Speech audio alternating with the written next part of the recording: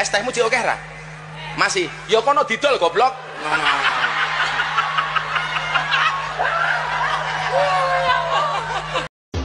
Wes to Pak, bakul ngombe lho, rasa gaya he. Terus kowe nyapa? Tak bayar 500.000 saiki tak tuku. Sampai kiamat rasa dodolan neh. Assalamualaikum warahmatullahi wabarakatuh. Apa kabar saudara-saudari, sahabat, teman, sedulur semuanya? Semoga saudara-saudari selalu dalam keadaan baik-baik saja.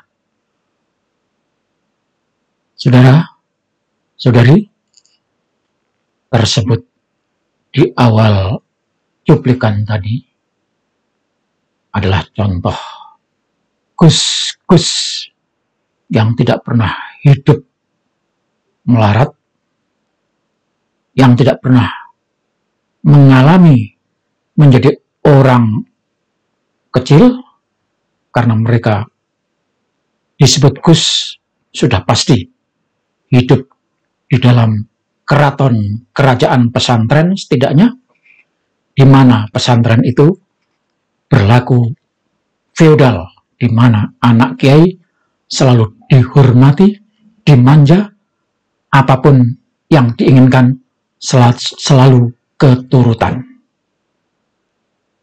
Itulah Gus-gus yang tidak pernah hidup menderita dan tidak pernah mengalami nasib seperti anak-anak petani, anak-anak nelayan, anak-anak yang hidup di pinggir hutan.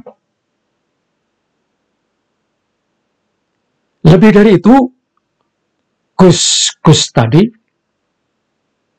rupanya sudah kerasukan ajaran Habib, bahkan sudah nyata-nyata menjadi jongosnya Habib Ba'alawi.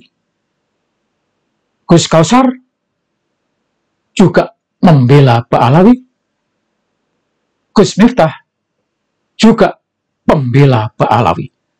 Maka pantas kalau hidupnya mewah, berkecukupan, tidak pernah mengalami nasib seperti penjual es yang diolok-olok kedua Gus tersebut. Saudara sekalian, Gus-gus ini sungguh tidak pantas untuk memperolok orang bawahan, orang kecil. Padahal dia menjadi besar, menjadi terkenal, menjadi serba ada, itu karena bantuan orang-orang kecil. Kata Rasulullah, kamu menjadi besar, kamu menjadi kuat ini karena ditolong oleh orang-orang lemah dan karena doa-doa mereka. Ketika orang semacam Gus Kausar, semacam Gus Miftah yang sudah menjadi pejabat tadi, memperolok penjual es di tengah-tengah ribuan jamaah, apakah mereka berdua tidak berpikir bagaimana seandainya saya bernasib seperti penjual es itu? Ustadz enak, datang dijemput, pulang diantar, pakai mobil mewah, diberikan amplop segepok. Luar biasa.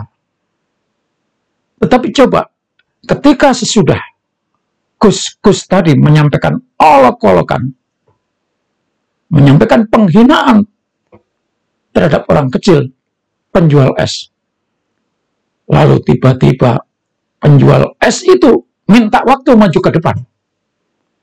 Lalu di tengah-tengah jamaah yang segitu banyak itu penjual es berkata, misalnya, saudara-saudara sekalian, saya memang dari kecil dilahirkan tidak punya.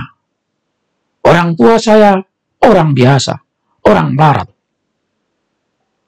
Sekarang saya berkata, Gus, sampean enak, tidak punya malu. Datang dijemput, pulang diantarkan, diberi amplop.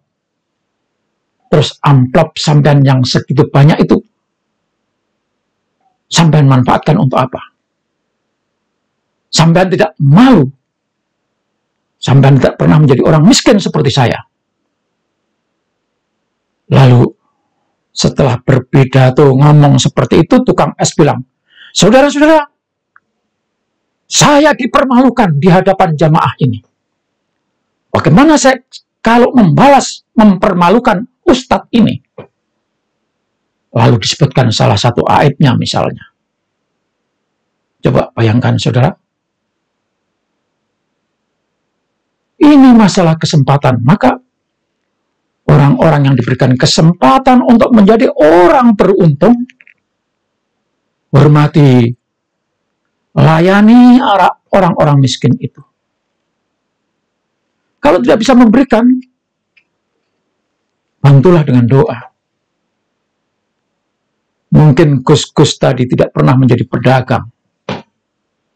Bagaimana di waktu hujan sementara berdagang es. Esnya tidak laku. Di rumah sedang menunggu istri dan anak-anaknya. Bapaknya yang sedang berjualan es diharapkan membawa uang untuk kehidupan istri dan anaknya. Janganlah kalian berpikir orang yang berjualan es itu tidak jihad fisabilillah, tidak berjuang di jalan Allah. Bukankah Rasulullah menyatakan orang yang berjuang mencari rezeki untuk anak dan istrinya, bahwa jihadun fisabilillah. Tapi sampean yang berjuang, berkoar-koar, menyebarkan, mengajarkan Islam kepada orang lain, tapi Anda menghina orang, memperolok orang, mentertawakan orang. Maka bukan itu yang diajarkan Rasulullah SAW. Bisa saja omongan sampean itu diterima oleh orang, tetapi kelakuan sampean itulah yang dibenci oleh Rasulullah SAW. Pernahkah Gus-Gus ini berpikir bagaimana orang miskin mencari penghidupan untuk istri dan anaknya, keluar pagi, pulang malam, kadang dagangan tidak laku dan harus dibawa pulang. Untung belum tentu, rugi sudah dipastikan kalau musimnya tidak mendukung. Maka kalau Anda orang baik, mestinya Anda borong, Anda beli, Anda motivasi untuk berjualan yang lebih giat lagi. Bukan malah mempermalukan. Saudara-saudara sekalian, maka kalau tidak bisa membantu, jangan memperolok. Setidaknya, walaupun sampean tidak bisa membantu, tapi punya simpati kepada orang-orang yang berjuang di jalan Allah demi menghidupi istri dan anaknya. Kadang-kadang secara pribadi saudara sekalian, kalau di musim hujan ini melihat ada orang dagang keliling, kita ngenes hati kita. Kasihan. Kadang-kadang kita yang mestinya tidak beli karena tidak memerlukan barang yang dijual itu, demi kemanusiaan, kita karena simpati, kita beli makanan itu, walaupun makanan itu tidak kita makan, dan harus kita berikan kepada orang lain, atau kita berikan pada pihak yang memerlukan. Itu mestinya yang muncul di hati. Bukan memperolok. Apakah Gus-Gus yang serba kecukupan tadi tidak berpikir sejauh itu? Oh ya, benar. Karena memang ajaran Habib Dan kedua Gus-Gus tersebut adalah jongos para Habib. Saudara, mari kita dengarkan apa kata Pak Prabowo yang telah menghormati, memuliakan orang-orang kecil. Dan ini menjadi penting untuk kita sampaikan, kita hayati. Setidak-tidaknya kita berdoa untuk orang-orang yang tidak seberuntung kita itu. Saudara boleh bangga jadi sarjana, tapi saya dalam hati saya sebenarnya saya sangat hormat sama pedagang kaki lima, sama tukang ojol, sama tukang bakso, sama petani, sama buruh tani, sama pekerja harian, sama buruh di pelabuhan, sama nelayan yang nyawanya dipertaruhkan untuk cari makan untuk istri dan anaknya. Si pedagang kaki lima tiap hari keluar, dia dorong itu keringat fisik mencari makan untuk anak dan istrinya. Itu yang kita hormati. Mereka mulia, mereka jujur, mereka halal,